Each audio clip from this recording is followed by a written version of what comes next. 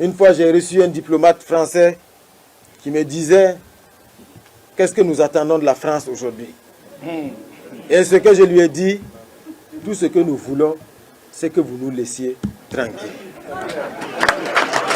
Nous ne voulons rien, nous ne voulons pas d'aide, nous ne voulons rien de la France. Rien.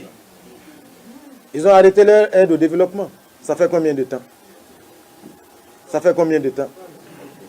Nous nous portons beaucoup mieux aujourd'hui. Rien qu'en dénonçant les accords de non-double imposition, ce que nous engageons dépasse ce que la France nous donnait à travers l'aide au développement. Rien que par cela. La France prend l'argent des Africains pour endetter les Africains. La France utilise les capitaux des Africains pour endetter les Africains. Comment ils font? Comment on le fait? Prenons un exemple. Imaginons un seul instant, on vous prête, vous, 12 000 milliards d'euros de France, enfin, on vous confie ça. Eh bien, pendant un an, même puisque vous n'allez pas garder cet argent sous le paillasson, sous le matelas, vous allez confier ça à un banquier. Le banquier vous dit, je vous rémunère pour 1% seulement.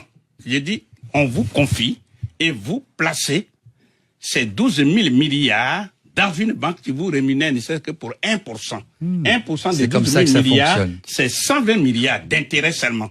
120 milliards. C'est comme ça que ça fonctionne. Eh bien, la France, un seul exemple, donc, ces intérêts rapportés en faveur de la France plus dessus, elle va aller prêter cet argent aux Africains, tabour battant, en mutant tous les journalistes, on s'en va aider les Africains. C'est-à-dire qu'on s'en va prêter l'argent des Africains aux Africains. Mais d'abord, c'est de l'argent qui est placé sur les marchés internationaux, avec donc la France a des revenus de cet argent-là, ensuite prêter aux Africains.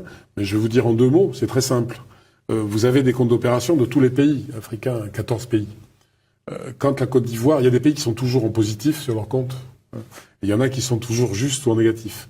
Alors, on prend sur l'argent de ceux qui sont en positif et qu'on détient pour prêter à ceux qui sont en négatif. Donc, on prête l'argent des Africains aux Africains. C'est ça, l'aide au développement. Il faut le savoir, parce que les Français ont le sentiment d'être pillés par les Africains et qu'on aide les Africains et qu'ils se débrouillent pas. On leur prête leur propre argent. Que ça soit clair, c'est la vérité. Vous citez François Mattei, d'ailleurs, les propos, pour rester 2 secondes sur le sujet, les propos d'un ancien directeur d'une banque centrale africaine. Il déclare « La France est un nain économique en Europe sans la maîtrise de ce franc CFA ». Donc c'est assez parlant. C'est assez parlant et c'est sans doute vrai, parce que il faut rappeler que le franc CFA était... On va pas remonter à la création du franc CFA. Au début, on a indemnisé les gens qui avaient des esclaves dans les colonies. On leur a donné de l'argent. Et avec ça, on a fondé une banque à Dakar. Et de cette banque est sorti le franc CFA. Donc quand même, l'origine du franc CFA est assez particulière. C'est d'ailleurs le franc des colonies françaises d'Afrique, CFA. Bon, après, on a dit de la communauté financière africaine, parce que c'est aussi beaucoup plus joli, et la sémantique compte en politique. Mais en tout cas, De Gaulle, lui, il a maintenu ces choses-là. Pourquoi? Parce qu'après la guerre, la France était exsangue. Après l'occupation allemande, elle était exsangue. Donc il s'est appuyé pendant la guerre et après la guerre sur l'Afrique. C'était ce qu'on avait de plus fort, avec des matières premières pas chères. Avec le franc CFA, vous avez pratiquement gratuite. Donc ça a été le fondement du redressement français. Il faut le savoir. Ça a participé au redressement français très fortement, très fortement. Donc si on le perd, avec tout ce que ça comporte, je vais donner un exemple. Quand il y a dans un pays comme le Nigeria, qui a une monnaie qui fluctue, il y a beaucoup de compagnies d'aviation qui s'en sont retirées parce que leurs dividendes avaient fondu. C'est-à-dire leurs bénéfices qui étaient au Nigeria se retrouvaient à zéro. La France a négocié, Air France a négocié. Eh bien, dans les pays du franc CFA, ça ne varie pas. C'est-à-dire que les entreprises françaises peuvent investir, savent qu'elles vont retrouver à terme leur argent. Donc c'est aussi une grande sécurité pour les groupes français pour travailler là-bas. Donc, ne nous trompons pas, ce n'est pas nous qui avons besoin d'eux. C'est eux qui ont besoin de nous et de nos ressources. Ils ont besoin de nos ressources sans nous. Ils ont besoin de nos ressources mais ils n'ont pas besoin de nous. Nous l'avons compris.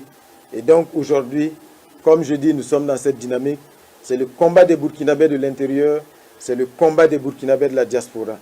Donc le message que j'ai à votre endroit, c'est vous transmettre les encouragements du chef de l'État. Parce que c'est un combat qui va être dur, c'est un combat de longue haleine, et c'est un combat dans lequel l'ennemi va toujours briller par des stratégies perfides, de manipulation. Donc il faut que nous restions vigilants. C'est extrêmement important et nous sommes convaincus que nous allons y arriver parce que nous sommes les dignes fils du pays des hommes intègres. La patrie ou la mort. Première question pour vous, Christian Combon, puisque on a vu ce matin ces échanges très nourris justement avec vos homologues à travers l'Europe, mais aussi en Afrique. Quels sont les enseignements qu'avez-vous retenus? Moi, j'ai dit dans mon intervention ce matin, l'Afrique est notre avenir. L'Afrique est notre avenir parce que c'est un continent qui est à 14 kilomètres de l'Europe, à Gibraltar, et que c'est un continent en plein développement. On a souvent tendance à le caricaturer en voyant l'Afrique d'il y a longtemps. Or, c'est une Afrique connectée, c'est une Afrique où se développent les start-up, où le téléphone portable a sauté le passage au filaire, là où les nouvelles énergies, notamment le solaire, est en train de faire une éruption très importante. Et donc, l'Europe aurait bien tort de ne pas se préoccuper de ce qui est en train de se passer sur ce continent. Quelle est la situation de l'Afrique aujourd'hui? Ce que nous voyons, c'est que l'Afrique exerce dans les affaires internationales un rôle croissant, ne serait-ce qu'économiquement. Elle exerce un rôle croissant. Elle est devenue un acteur essentiel de la communauté internationale et que donc nous devons jeter un œil nouveau et un œil attentif sur ce qui lui arrive. D'autre part, nous voyons bien que l'Afrique est au cœur de tous les grands débats critiques qui sont ceux de notre temps. Politiquement, on a subi une défaite stratégique. Et c'est pas moi qui le dis, c'est encore M. de Villepin qui le disait récemment. C'est une défaite stratégique au Sahel. Je voudrais vous donner l'exemple de mon territoire, Marseille, où je suis élu. Le président de la République veut faire de mon territoire, de Marseille, la capitale de l'Euroméditerranée, et nous y travaillons d'arrache-pied. Nous avons, avec la Chambre de commerce, créé une association, Africa Link. C'est plus de 250 entreprises qui commercent avec l'Afrique. Nous avons créé, avec la métropole, des événements comme Emerging Valley, qui facilitent les relations entre les start-up africaines et les start-up marseillaises. Et d'ailleurs, plus de 350 start-up africaines 350 start-up africaines répondent à des appels d'offres. Nous avons mis aussi en place un forum Europe-Afrique qui facilite les passerelles et nous avons plus de 5000 étudiants qui viennent chaque année africains étudier dans nos universités. Vous l'avez compris, nous avons compris l'enjeu de l'Afrique et nous avons plus besoin de l'Afrique que l'Afrique a besoin de nous. Je le répète, nous avons plus besoin de l'Afrique que l'Afrique a besoin de nous et c'est pour cela que cela marche. Cette prise de conscience qu'il y a aujourd'hui de ce qu'on appelle non pas la nouvelle indépendance. Personne n'est indépendant. Les Américains ne sont pas indépendants aujourd'hui. Quand les Africains nous disent aujourd'hui c'est l'Afrique aux Africains, c'est pas d'indépendance qu'ils parlent, c'est de souveraineté. C'est de souveraineté. C'est moi je suis malien, c'est moi qui choisis pour le Mali. Quels que soient les choix que je fais, ça ne vous regarde pas et c'est moi qui les assume. Moi, je suis la Centrafrique et je prends comme monnaie nationale la crypto-monnaie. Ça vous embête, c'est mon problème. C'est ça en fait. Et c'est en ce sens que je dis que les États africains se sont retrouvés autour de ça. Vous savez, aujourd'hui, moi, je suis persuadé que c'est pas l'Afrique qui a besoin de nous. C'est l'inverse. Ouais. C'est nous qui avons besoin de l'Afrique. Nous, on est en train de parce que pour l'avenir, c'est là où ça va se passer. Vers le déclassement. Le paradigme africain, l'Afrique aux Africains, c'est nous qui choisissons. Vous n'avez pas à décider pour nous. Oui, c'est très important parce que on voit bien qu'alors nous, on est dans quel que soit le manière dont on se regarde, la France, on n'est plus du tout dans le coup là par rapport à tout ça. Alors moi, je suis encore étonné que on n'ait toujours pas compris et tiré toutes les leçons et vu jusqu'au bout la signification de ce message de l'Afrique aux Africains. Oui. Il faut vraiment en tenir compte. C'est une donnée de base aujourd'hui sans laquelle on ne peut plus être présent en Afrique. Par ce choix de souveraineté des Africains, elle est devenue concurrentielle. Personne ne s'y est trompé, tout le monde y est. Mais maintenant, tout le monde est sur la même ligne de départ. Il n'y a plus de fait acquis, il n'y a plus de au nom de l'histoire partagée. On est tous sur la même ligne de départ. Qu'est-ce que vous avez à m'offrir? C'est moi qui choisis. Le problème, c'est qu'il faut on s'accroche, nous, parce que pour le moment, on est à côté. Hein, c'est ce qu'on peut dire. Hein. Je ne l'aurais pas mieux dit, mon cher Alain, je n'aurais pas mieux dit. Voilà.